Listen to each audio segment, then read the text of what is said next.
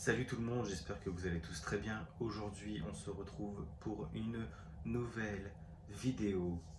Une vidéo qui fait plaisir parce que avec Dragon et Sashi, comme vous le verrez après cette intro, nous avons décidé enfin de faire un urbex magnifique. Et nous sommes partis dans un petit endroit plutôt sympathique. Alors vous vous en doutez bien, pour les plus érudits, vous savez que vous n'aurez jamais la localisation des lieux que nous faisons, même si pour la plupart, il faut bien l'avouer, ils sont très connus, vous n'aurez jamais les lieux. Donc ce lieu justement, même si je le dis tout le long de la vidéo, je fais un petit rappel historique très rapide. Il s'agit d'un endroit qui a été construit alors avant la guerre, la seconde, donc de 1931 jusqu'à 1933. Voici la période de construction de cet endroit. Et c'est également un lieu qui a servi de camp d'internement. Il servait principalement à faire interner les communistes français pendant le régime de Vichy, donc sous Pétain. Voilà. Donc j'espère que du coup la visite de ce lieu vous fera plaisir. Voilà. N'hésitez pas à lâcher bien sûr un gros pouce bleu si ça vous plaît. Il rentre dans une série qui commence à prendre son importance sur la chaîne dans les urbex. Voilà. Et si ce n'est pas déjà fait et que vous arrivez sur cette chaîne, abonnez-vous. Ça fait plaisir, c'est du soutien en plus et nous, ça nous donne envie de partager un peu plus avec plus de gens. Voilà. Donc abonnez-vous, ça fait plaisir. Voilà. Bonne vidéo à tous. Bon visionnage.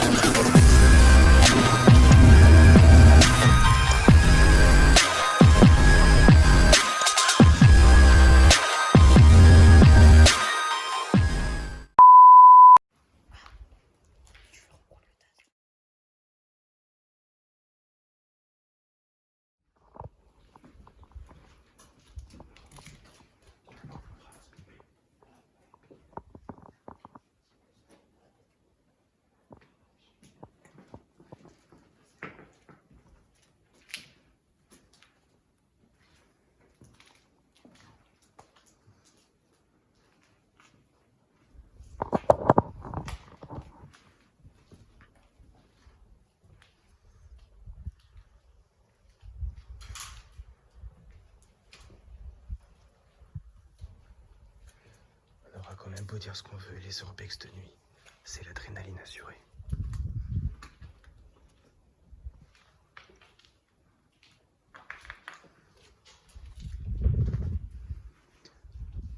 Même si ce spot est connu, il en reste tout de même impressionnant.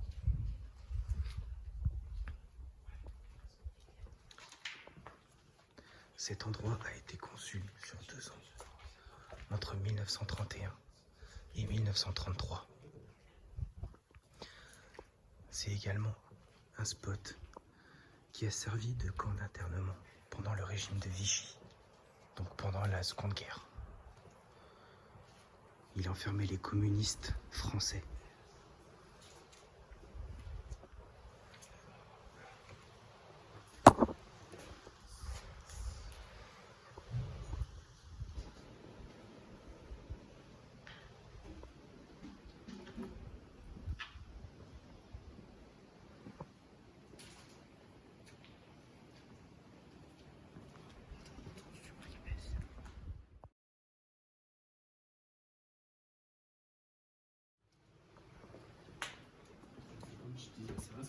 Au château de Fruminet. Ouais, il y a des erreurs du château de Fruminet, ouais. Mais bien évidemment, comme il est déjà sur la chaîne, vous vous doutez bien que c'est pas à ce spot-là qu'on est. C'est un bâtiment qui n'a complètement rien à voir.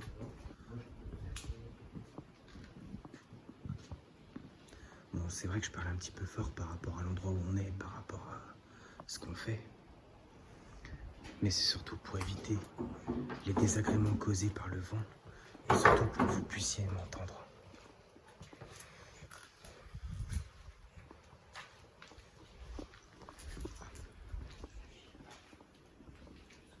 On essaye de rester discret au maximum, tout en essayant de vous faire profiter de la vue.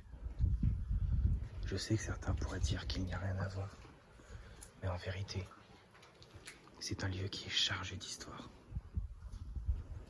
et qui malheureusement a été très très dégradé avec le temps.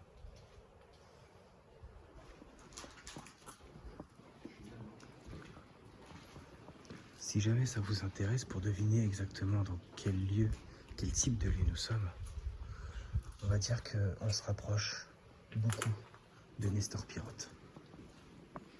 Voilà. Donc pour ceux qui ont compris, tant mieux. Pour ceux qui n'ont pas compris, je vous invite à taper Nestor Pirotte.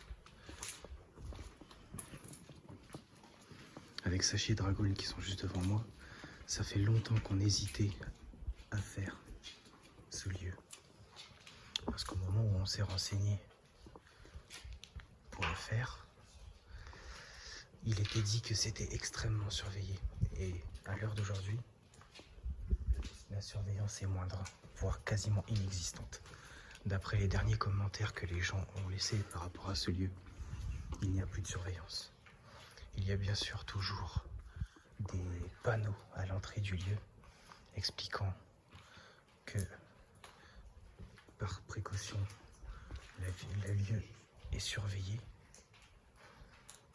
sous vidéosurveillance, caméra et tout le tralala, tout ce qui s'ensuit. Mais actuellement, il n'y a plus rien. Ce lieu est considéré comme un moulin. Comme quoi on y rentre et on y sort autant qu'on veut. Et c'était parce que nous sommes rentrés dans le lieu avec une simplicité incroyable. Le lieu est protégé par des barrières tout le long, sauf à un seul endroit. Bon, j'en dis pas plus, mais en tout cas, je regrette pas du tout d'être venu. L'adrénaline est à son paroxysme. L'adrénaline est à son paroxysme parce que actuellement il est plus d'1h30 du matin. Comment vous dire? On apprécie. Je coupe.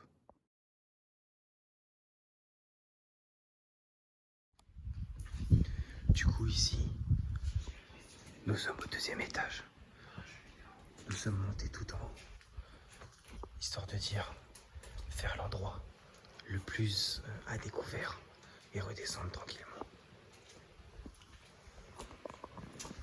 Du coup, on continue la visite et on vous fait partager ces images en espérant bien sûr que ça vous plaise.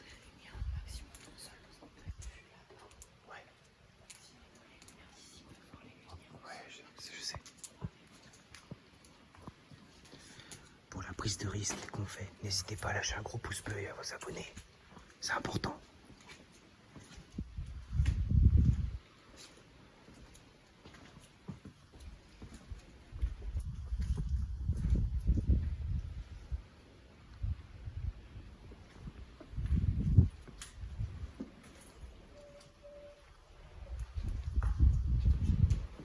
C'est toi qui as sifflé.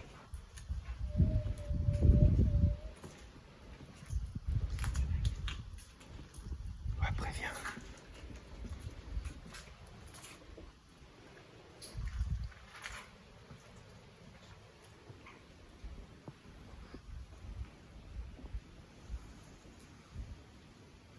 J'ai déjà vu ce graphe ailleurs. C'est bizarre. On retrouve des éléments qu'on a déjà vus dans d'autres urbex. I see you.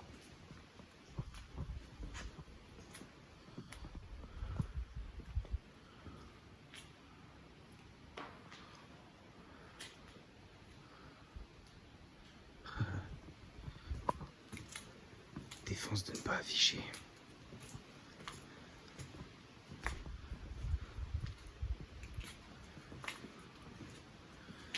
Jamais dans la tendance, toujours dans la bonne direction.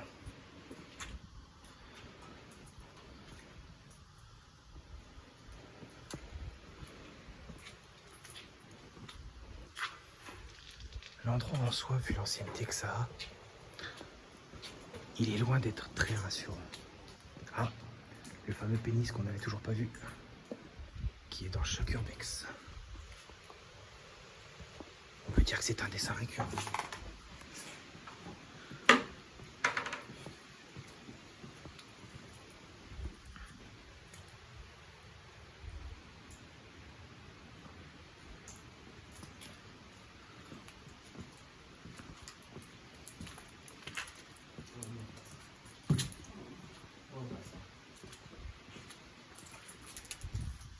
Un pentagramme. Par chance, il n'est pas à l'envers.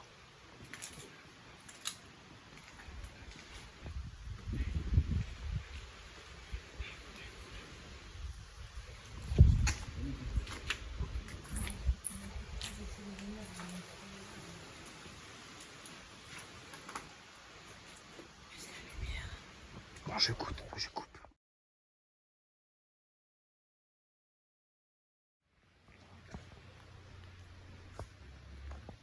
Ceci est une salle de spectacle. J'essaie de faire vite parce qu'on est très exposé.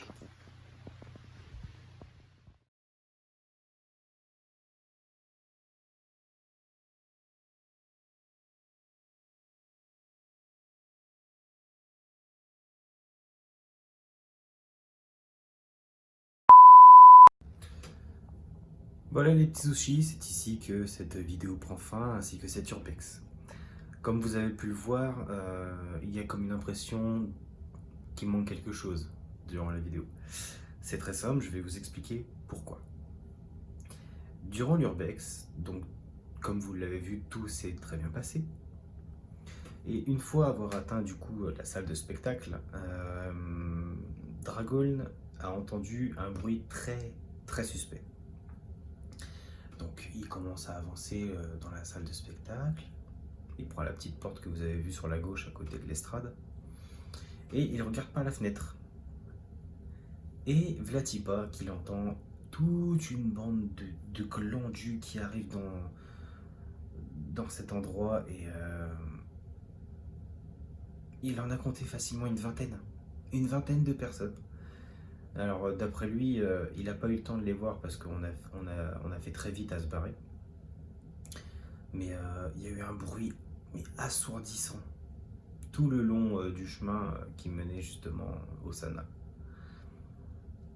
Et on a eu l'impression qu'en fait ces jeunes, parce que c'était des jeunes, sont arrivés sur des quads ou des trucs comme ça. Du coup, on a dû couper court à l'urbex parce qu'en fait, avant de comprendre que c'était des jeunes, on pensait que c'était la sécurité qui arrivait. Et on a été extrêmement surpris. En même temps, un urbex à presque 2 h du matin, enfin, on s'attend pas à voir du peuple, surtout pas en grand nombre. Donc on a coupé court et on est passé par derrière pour essayer de les éviter au maximum parce que eux, forcément, en suivant le chemin, ils arrivaient face au bâtiment. Donc nous, on a fait le tour par derrière et puis on a réussi à se barrer discretos sans croiser personne. Comment vous dire que j'avais la haine, mais comme jamais. Parce que du coup, on n'a pas fini. Il y avait encore des choses à voir. Et on sait qu'il y avait un autre bâtiment, un peu plus loin. Et personnellement, j'étais hyper hypé de le faire.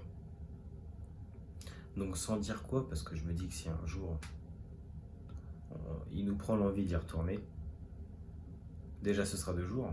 Et on fera nécessairement le bâtiment que je voulais qu'on fasse en plus.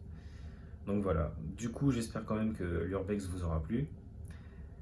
N'hésitez pas à mettre un pouce bleu et puis à vous abonner si ce n'est pas déjà fait. Merci à tous ceux qui sont arrivés jusque là et merci à tous ceux qui s'abonneront parce que ça fait plaisir.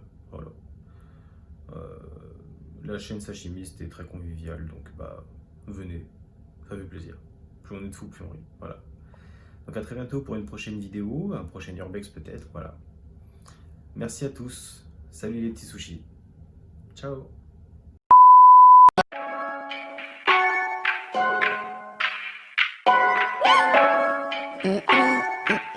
Para, pa, pa, pa, para. des mythos, j'ai les yeux roses. J'prends jamais critique des mecs d'humeur morose. J'suis sur LA, je pose sur LA.